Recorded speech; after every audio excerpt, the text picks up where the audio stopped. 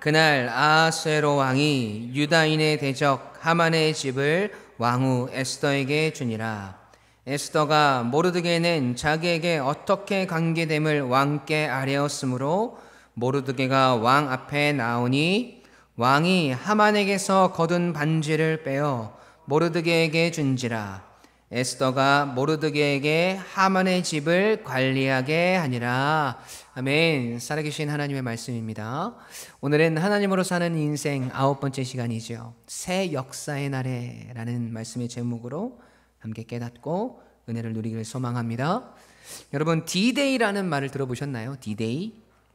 이 사전적인 의미를 보면 어떤 계획을 실시한 예정일이라고 이야기합니다. 우리의 일상에서는 보통 인생에서 다가오는 아주 중요한 날, 결전의 날을 D-Day라고 부르죠. 예를 들어서 수능 D100일 이렇게 이야기하면 수능이 100일 남았다. 군인들이 전역이 D30일 이렇게 하면 전역이 30일 남았다라는 뜻이죠. 하루하루 D-Day가 다가올수록 긴장이 되고 두근거림이 있고 그날을 준비하게 된다는 것입니다. 그런데 여러분, 원래 이 D-Day라는 말이 군사 용어였다는 거 여러분 알고 계시나요? 제2차 세계대전 당시에 미국과 영국의 연합군들이 이 프랑스 북부를 공격하기 위해서 노르망디 상륙작전을 펼치지 않습니까? 그것을 계획한 그날 1944년 6월 6일을 D-Day라고 정했습니다. 그래서 결전의 날, 데서멀 데이, 이 말을 줄여서 D-Day라고 명칭하는 것이죠. 그리고 연합군은 성공적으로 노르망디 상륙작전을 펼쳤고 2차 세계대전을 승리로 이끄는 아주 중요한 날이 되었습니다. 생가사의 갈림길에서, 전쟁의 승패의 갈림길에서 이 D-Day라는 말이 시작이 된 것이죠. 그렇다면 여러분, 에스더의 인생에서 가장 중요한 D-Day는 언제였을까요? 아마 하만의 모든 계략을 다 드러내고 이스라엘 백성들을 살리기 위해서 왕과 하만을 위해 베풀었던 두 번째 잔칫날이 아닐까 생각을 합니다. 그 결전의 날 어떤 일이 있었습니까? 이스라엘 백성들을 죽이려고 했던 하만의 모든 계획이 탄로가 났고 살려고 발버둥 쳤지만 왕의 분노를 사게 되고 모르드게를 매달고자 세웠던 장대에 자신이 매달려 죽게 되는 비극을 맞이하게 됩니다. 악한 대적 하만이 드디어 그 죄값을 치르게 된 것이죠.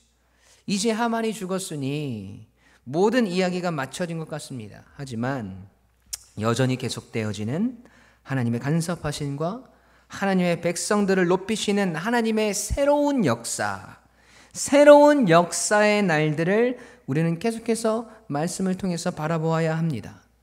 이제 에스더와 모르드게 그리고 유대인들에게는 새로운 역사의 날이 밝아온 것이죠. 그렇다면 하나님의 새로운 날, 하나님의 새로운 역사의 때에 일어나는 일들은 여러분 어떤 것들이 있을까요? 첫 번째로 하나님은 그분의 새 역사를 위해서 사람을 변화시킨다는 것입니다. 함께 읽어볼까요? 시작. 아멘.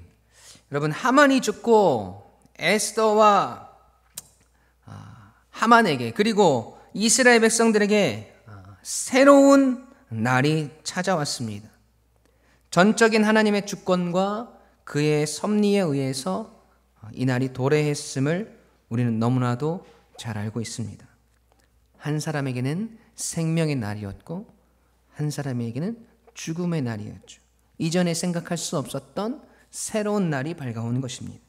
하나님의 역사하심을 통해서 새 날이 찾아올 수 있었던 중요한 동기가 있었죠. 바로 하나님께서 에스더를 사용하신 것입니다. 에스더가 하나님의 때를 기다리는 인내와 지혜, 영적인 분별력을 가지고 쓰임받는 존재가 되어집니다. 에스더가 그럴 수 있었던 능력이 어디에서 왔다고 지난 시간 제가 말씀드렸나요? 바로 기도였습니다. 기억하시나요? 죽으면 죽으리라 선포하고 금식하며 생명을 건 기도를 통해서 그녀가 얻을 수 있었던 하나님의 능력이었던 것입니다. 한 여인이 자기 민족을 살리기 위해서 자신이 죽기로 결심했을 때 하나님은 그 백성들을 위해 새로운 날들을 준비하셨던 것이죠. 그 새로운 날들에 어떤 일이 일어났습니까? 8장 1절 말씀 함께 읽어볼까요? 시작. 그날 아하수에로 왕이 유다인의 대적 하만의 집을 왕후 에스더에게 주니라. 에스더가 모르드게는 자기에게 어떻게 관계됨을 왕께 아뢰었으므로 모르드게가 왕 앞에 나오니. 아멘. 여러분, 하만의 지위를 높이고 그를 모든 대신들 위에 두었던 사람이 여러분 누구였습니까? 아하수에로 왕이었습니다. 이스라엘 백성들을 모두 죽이고 도륙하고 진멸하라는 그 조서의 승인을 한 사람이 누구였습니까? 아하수에로 왕입니다. 그런데 그런 그의 태도가 이제는 완전히 바뀌어졌어요.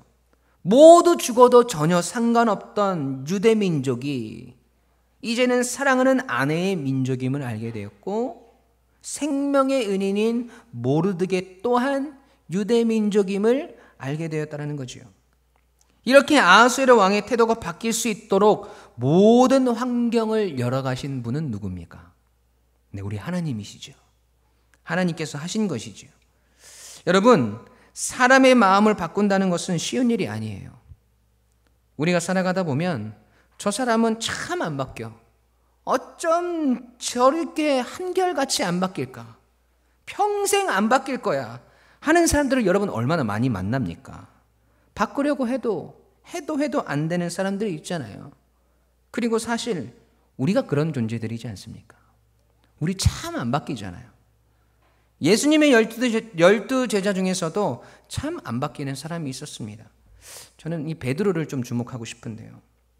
평생을 갈릴리 지역에서 어부로 살아가다가 예수님의 부르심 앞에 순종하여서 그물과 가축들을 다 버려두고 예수님을 따릅니다.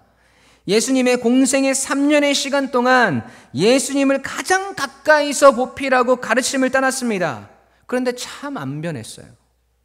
예수님과 함께 그렇게 오랜 시간을 함께 있었음에도 불구하고 예수님께서 하시는 그 추억 같은 말씀과 복음을 실시간으로 라이브로 들었음에도 불구하고 베드로는 참 안 변하는 사람이었습니다.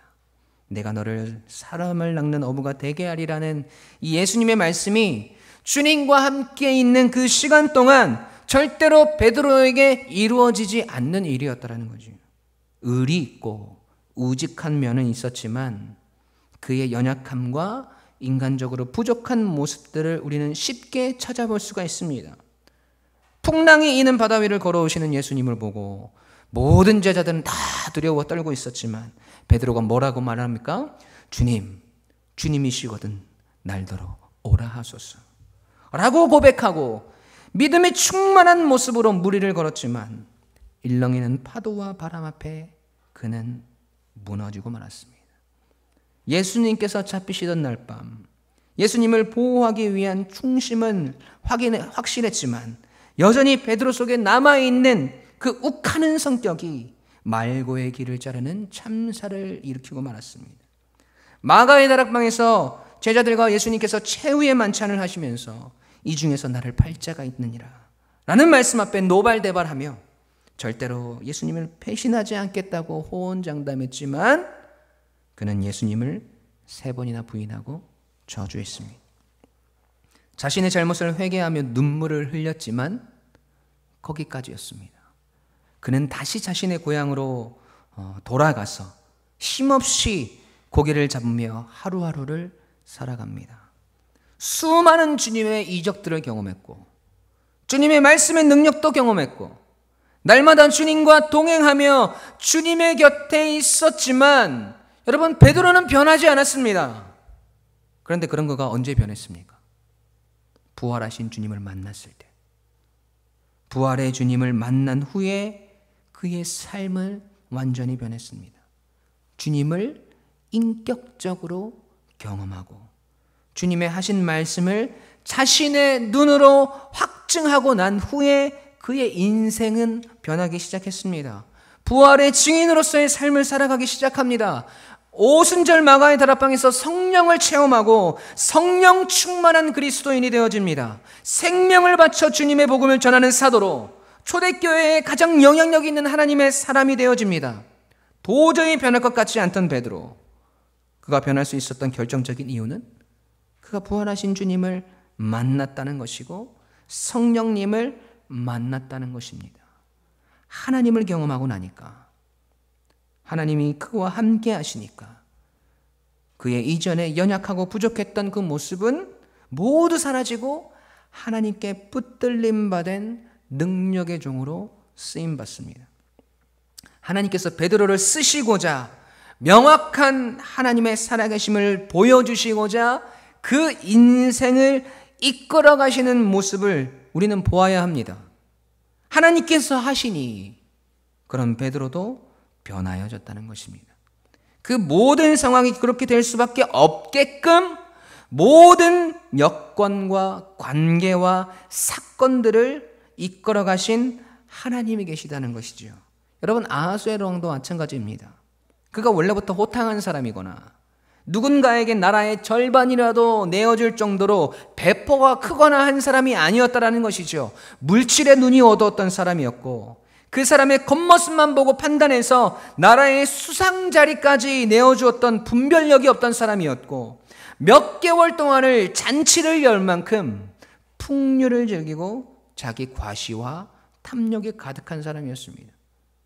그런 악한 사람의 마음도 하나님은 지금 움직이고 계시는 거죠. 아니, 그렇게 될 수밖에 없게끔 그 상황을 몰아가신다는 겁니다. 잠언 16장 4절 말씀을 한번 볼까요? 함께 읽겠습니다. 시작. 여호와께서 온갖 것을 그 쓰임에 적당하게 지으셨나니 악인도 악한 날에 적당하게 하셨느니라. 아멘. 여러분, 하나님이 하시면 도저히 안 맡길 것 같은 사람도, 비록 하나님을 모르고 악한 것으로 가득한 왕이었다 할지라도 하나님의 역사를 위해서, 하나님의 계획에 의해서 그 사람의 마음도 하나님이 바꾸시고 이끌어 가신다는 것입니다.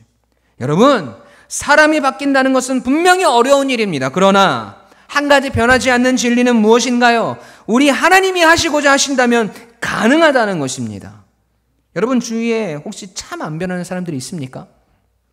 그 사람을 바꾸기 위해서 이런 일도 해보고 저런 일도 해보고 이렇게도 마음 먹어보고 저렇게도 마음 먹어보았는데도 도저히 바뀔 기미가 안 보이는 사람들이 있습니까? 여러분, 그렇게까지 했는데 그 사람 안 바뀌는 거면 우리 힘으로 못 바꾸는 겁니다. 우리의 영역이 아닌 거예요. 그러면 그 사람 그렇게 내버려둬야 할까요? 그렇게 살다가 자기 명예 죽게 내버려둬야 할까요? 아니요. 그 사람이 바뀌기를 원한다는 것은 내가 그 사람에게 관심이 있다는 것이고 그 사람을 위하는 마음이 있다는 것이고 그 사람을 사랑하고 있다는 거잖아요. 그러면 포기하지 마십시오. 우리에게는 마지막 카드가 남아 있습니다. 하나님께 기도하십시오. 하나님, 저 사람의 인생이 변하게 해달라고. 하나님을 알아가고 하나님의 살아계심을 깨닫게 되며 하나님으로 사는 인생이 되게 해달라고. 나의 힘으로 아무리 해도 안 되니까 하나님 역사하여 달라고 하나님께 맡깁니다. 그렇게 하나님께 매달려 보십시오. 여러분, 다른 방법 없잖아요. 하나님이 하셔야죠. 아니, 하나님만이 하실 수 있는 일이지 않습니까? 여러분, 우리의 인생에서 내가 아무리 노력해도 바뀌지 않는 사람을 하나님께서 만나게 하셨다면 여러분, 그렇게 지독하게 바뀌지 않는 그 사람을 통해서 그 사람을 바꾸시는 하나님의 능력을 여러분에게 보여주시기 위한 하나님의 계획하심임을 깨달으시기 바랍니다. 하나님이 팔짱을 끼고 기다리고 계신지 몰라요. 낑낑대고 있는 우리에게 그래, 네 마음껏 해봐라. 그게 쉬운 일인지? 아니, 네가 누구에게 맡겨야 하는지 잘 생각해라. 지금 네가 무엇을 해야 하는지 이제 깨달아라. 하나님께서 그렇게 말씀하고 계시는지도 모릅니다. 여러분, 사실 우리가 남 이야기하기에 앞서서 우리의 모습도 바라보셔야 합니다. 남 이야기할 처지가 아니에요, 사실 우리가. 우리는 어떻습니까? 그렇게 오랫동안 신앙생활을 하고 그렇게 많은 설교 말씀을 듣고 매주일 빠지지 않고 예배를 나오고 그렇게 열심히 주님 안에서 살았던 것 같은데도 불구하고 지독하게 변하지 않는 나의 모습은 없습니까? 남들은 그렇게 바뀌길 원하고 변하기를 원하면서 하나님 앞에서 내가 끝까지 내려놓지 못하고 바뀌지 않는 나의 성품이나 마음이나 행동들은 없나요? 내가 진짜 하나님으로 사는 인생이 되기 위해서 바뀌어야 할 나의 모습, 내가 아무리 마음먹고 다짐하고 바꾸려 해도 도저히 변하지 않는 나의 모습, 그런 연약한 모습, 여러분 하나님만이 하실 수 있습니다. 하나님이 하십니다. 언제요? 우리가 하나님을 다시 뜨겁게 만날 때, 내가 성령의 충만함을 이룰 때, 베드로와 같이 부활의 증인이 되어질 때, 성령의 뜨거운 역사 가운데 우리의 삶이 거할 때, 내 삶에 역사하시는 하나님을 내가 날마다 경험할 때, 능력의 하나님이 나의 인생 가운데 정말 두 눈 시퍼렇게 뜨시고 서 계심이 느껴질 때, 여러분 우리가 그토록 변하지 않는 이유가 어쩌면 지금 우리의 삶에서 하나님과 멀어져 있기 때문 아닐까요? 내가 여전히 변하지 않는 이유가 내 안에 성령의 역사가 소멸되어 가고 있기 때문은 아닐까요? 인간적인 방법들로 지금 뭔가 해보려고 발버둥 치고 있기 때문 아닐까요? 사랑하는 유관교회 가족 여러분, 다시 하나님을 뜨겁게 만나시길 축원합니다. 다시 성령 충만한 인생이 되시길 소원합니다. 여러분이 변하기를 원하는 그 사람들에게도 이와 같은 은혜가 임하길 기도하시길 바랍니다. 그리할 때 우리의 인생을, 우리의 상황을 송두리째 바꾸시는 하나님, 그 속에서 그의 살아계심과 역사하심을 보여주시는 하나님의 능력으로 인해서 오늘 우리가 하나님으로 사는 인생으로 변하여지고 바뀌어지고 지어져 갈 줄로 믿습니다. 아멘. 두 번째로, 하나님의 새로운 역사의 날에 일어나는 위대한 일들은, 하나님의 새 역사의 날에는 기쁨과 즐거움이 가득하다는 것입니다. 함께 읽어볼까요? 시작.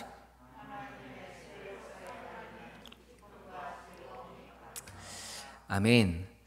아하수에로 왕은 하만을 장대에 매달고 유다인의 대적 하만의 집을 왕후 에스더에게 줍니다. 또한 에스더는 모르드게가 자기 아버지 같은 존재이고 친척임을 밝히지요. 여러분, 그리고는 어떤 일이 일어납니까? 오늘 본문 2절 말씀입니다. 함께 읽어볼게요. 시작. 왕이 하만에게서 거둔 반지를 빼어 모르드게에게 준지라.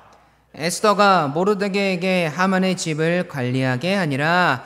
아멘. 여러분, 왕의 반지가 지금 누구의 손에 끼워졌습니까? 모르드게에게 끼워졌어요. 왕의 반지가 의미하는 것이 무엇이에요? 왕의 권위와 통치를 상징하는 것입니다. 그것이 지금 모르드게에게 주어졌다는 것이죠. 하만이 수상으로서 다스리던 나라가 모르드게에 의해서 새롭게 다스려진다는 것을 의미한다는 거죠. 그랬더니 페르시아의 수도인 수산성에 어떤 일들이 일어나는지 보시죠.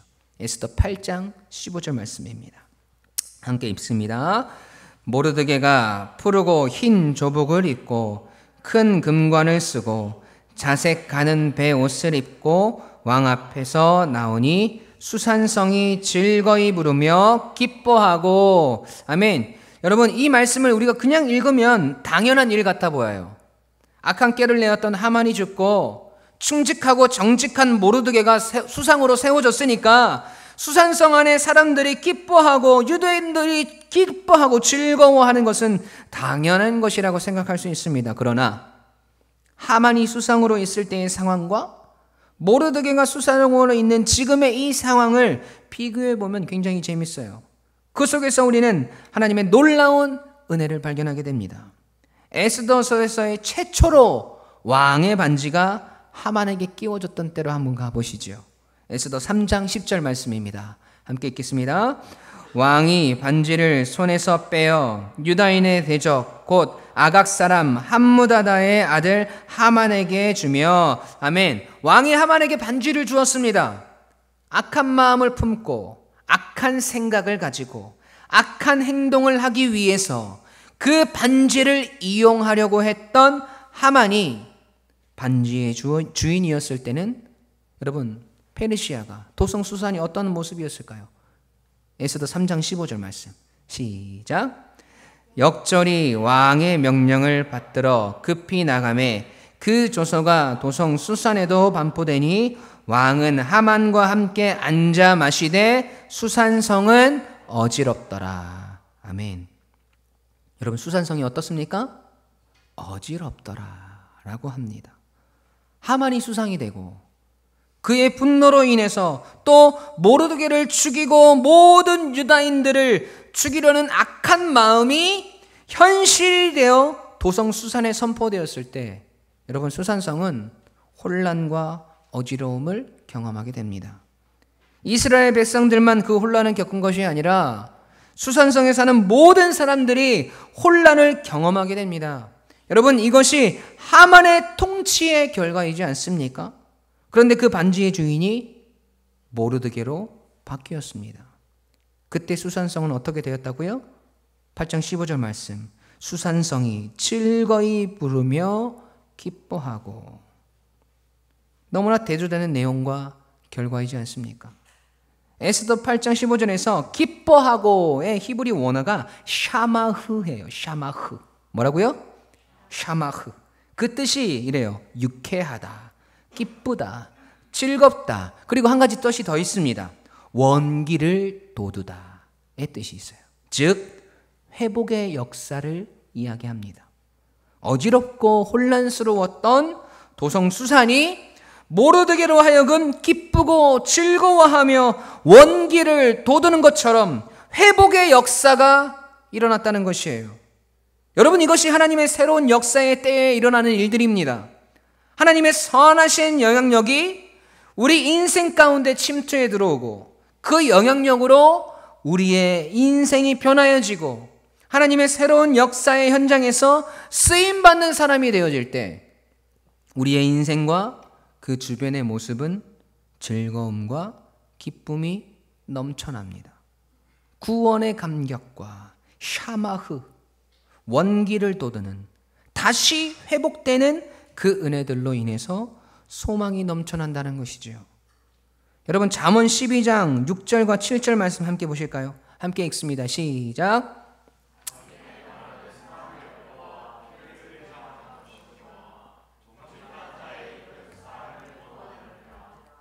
악인은 엎드러져서 소멸되려니와 의인의 집은 서 있으리라. 아멘. 하만의 모습과 모르드게의 모습을 그대로 보여주고 있는 말씀 아닐까요? 하나님의 새 역사의 날에 일어나는 아름답고 감격적인 여러분 모습들을 보십시오. 여러분, 하만이 반지의 주인이었을 때와 모르드게가 반지의 주인이었을 때의 모습은 에스더 시대뿐만 아니라 우리가 살아가는 오늘의 우리의 삶의 역사 가운데도 여러분 똑같이 일어나는 일들입니다.